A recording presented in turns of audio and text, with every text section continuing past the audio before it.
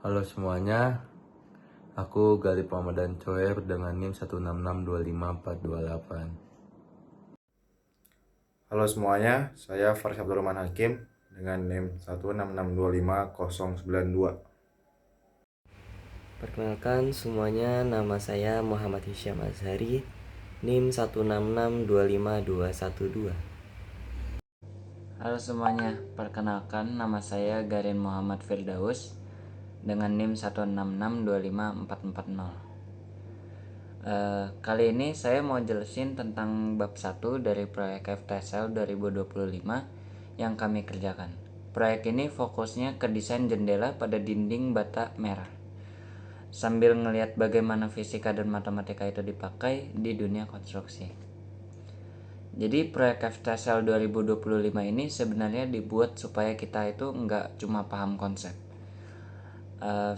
dalam fisika dan juga matematika di atas kertas, tapi juga ngerti gimana konsep itu dipakai di lapangan. Tahun ini kami diminta buat desain jendela di dinding bata merah. Nah, yang bikin menarik, kita harus mempertimbangkan sifat materialnya, terutama pemuaian karena perubahan suhu. Jadi bukan sekadar gambar jendela, tapi kita harus mikir kalau materialnya nanti ngembang saat panas. Perancangan jendela pada bidang dinding memerlukan pemahaman mengenai geometri, sifat material, dan estimasi kebutuhan material serta biaya. Dalam laporan ini dilakukan perhitungan dimensi, volume, massa, kebutuhan cat, dan gap pemasangan dengan menggabungkan konsep matematika yaitu integral Riemann serta konsep fisika mulai panjang, densitas, dan massa. Perhitungan dilakukan berdasarkan asumsi yang wajar dan dapat disesuaikan dengan kondisi desain. Yang pertama itu adalah luas dinding bata merah 3 dikali 4 meter, yaitu 12 meter kuadrat. Area jendela ditentukan sebesar 20% dari luas dinding, 2,4 meter kuadrat. Dimensi jendelanya juga 1,2 meter dikali 2 meter. Lebar frame terlihat atau face width 0,05 meter atau 5 cm. Area kaca efektifnya itu 1,1 meter dikali 1,9 meter, sama dengan 2,09 meter kuadrat. Cross section area frame aluminium 0,002 meter kuadrat. Ketebalan kacanya itu 6 mm. Kisi-kisi menutupi 10% area kaca dan delta T-nya itu 40 derajat. Koefisien aluminium itu 23 dikali 10 pangkat min 6 per Kelvin. Bata 5 dikali 10 pangkat min 6 per Kelvin. Kaca itu 9 dikali 10 pangkat min 6 per Kelvin. Baja itu 12 dikali 10 pangkat min 6 per Kelvin.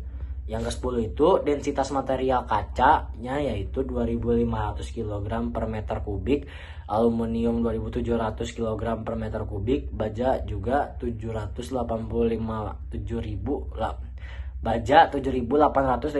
kg meter per kubik. Ini berarti sepanjang 2 meter frame aluminium akan memanjang 1,44 mm lebih dari bata pada. Untuk mencegah penumpukan tegangan, kita perlu menyediakan gap pemasangan di setiap sisi yang memiliki toleransi di atas 1,44 mm. Rekomendasi gapnya itu gap minimum per sisi itu lebih dari sama dengan 2 mm. Gap total keliling frame 4-6 mm atau 2-3 mm per sisi. Dan yang terakhir, kebutuhan cat dan biaya.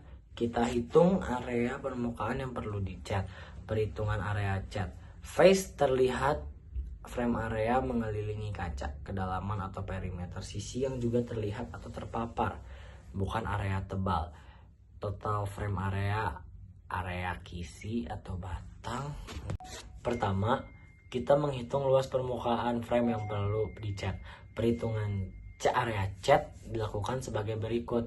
Area permukaan frame yang terlihat mengelilingi kaca.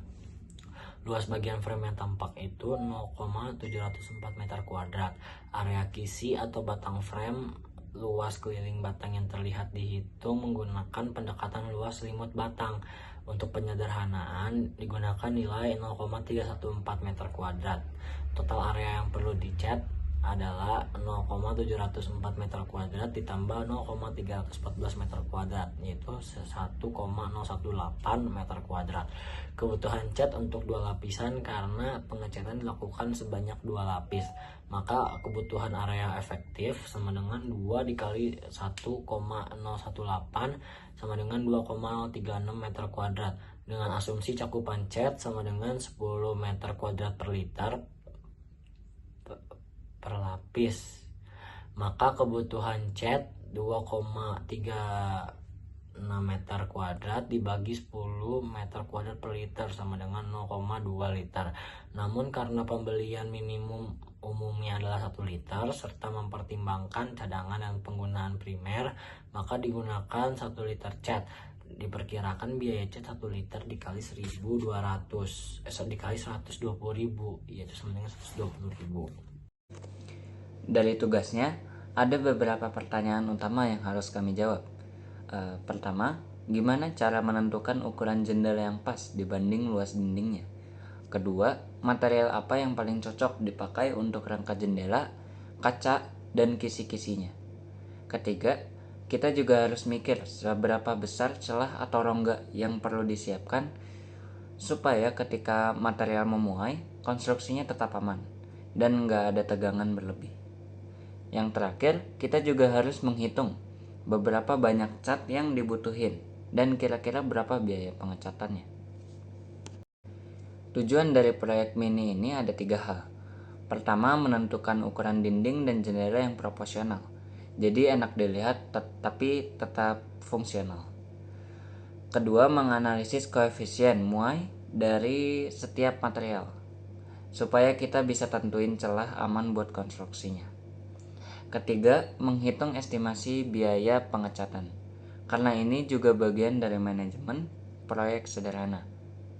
Jadi intinya, proyek ini tuh bukan cuma tentang gambar jendela, tapi latihan berpikir sebagai seorang engineer yang harus mempertimbangkan estetika, fungsi, keamanan, sampai biaya. Sekarang saya masuk ke bagian hasil analisisnya. Jadi setelah dihitung pakai pendekatan matematis dan fisika, ada beberapa hal penting yang dapat disimpulkan. Pertama, ukuran jendela itu akhirnya ditetapkan 1,2 kali 2 meter. Dari ukuran itu, luas kaca efektifnya ketemu sekitar 2,09 meter persegi. Jadi ini luas kaca yang benar-benar kepakai sebagai area transparan. Kedua, dari perhitungan pemuaian material, ternyata material jendela bisa memuai sekitar plus minus 1,44 mm. Karena itu, supaya aman disarankan dikasih gap atau celah sekitar 4-6 mm. Ini penting banget biar rangka nggak ketekan kalau suhu berubah. Yang ketiga, kalau seluruh komponen yang digabung, mulai dari kaca, frame, sampai kisi-kisinya, total masanya kira-kira 82 kg. Jadi cukup berat. Makanya penting memastikan struktur pendukung yang kuat. Yang keempat, untuk pengecatan, total kebutuhan cat yang dibutuhin cuma sekitar 1 liter untuk 2 lapis cat. Jadi ini lebih ke finishing luarnya. Dan terakhir, dari hitungan biaya, total estimasi buat pengecatan itu sekitar Rp120.000. Itu udah termasuk kebutuhan cat dan proses ngecatnya. Jadi itu rangkuman hasil analisisnya. Semua ini dipakai sebagai dasar buat nentuin desain jendela yang aman, fungsional, dan efisien.